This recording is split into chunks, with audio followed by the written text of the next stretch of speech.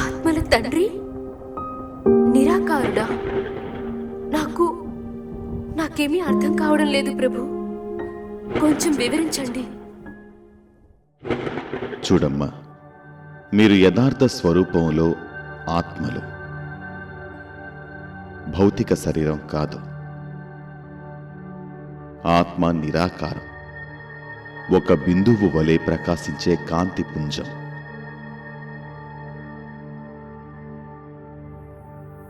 ఆత్మ భౌతిక శరీరాన్ని నడిపించే ఒక చైతన్య శక్తి.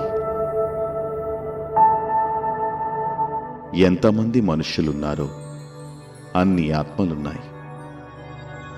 మానవుల భౌతిక శరీరాలను ఈ కళ్ళ ద్వారా చూడొచ్చు,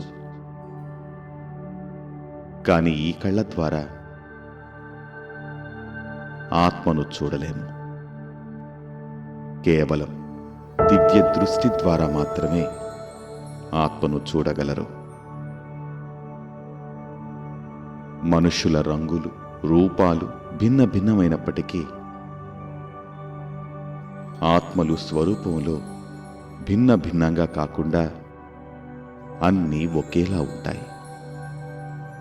కేవలం ప్రతి ఆత్మ యొక్క పాత్ర ఇతరులతో భిన్నంగా ఉంటుంది. ఎలాగైతే మనుషులు చిన్నగా పెద్దగా ఉంటారో అలా ఆత్మలు చిన్నగా పెద్దగా ఉండవు, ఒకే రూపంలో ఉంటాయి.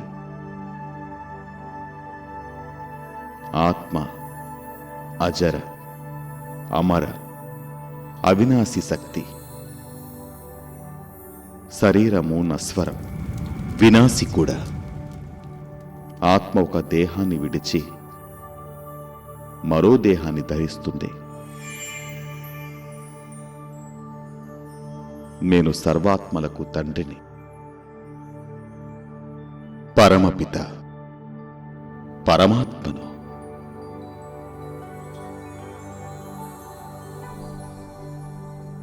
ఆత్మ మరియు పరమాత్మ స్వరూపం ఒకే విధంగా ఉంటుంది. ఎలాగైతే ఆత్మ బిందు స్వరూపము, అలాగే నేను పరమాత్మను కూడా ఒక బిందువు వలె సదా ప్రకాశించే అతి సూక్ష్మ కాంతి పుంజాన్ని, నిరాకారుణ్ణి. మీరు భక్తిలో నా జ్యోతిర్బిందు స్వరూపానికి చిహ్నంగా శివలింగాన్ని చేసి నన్ను పూజించారు.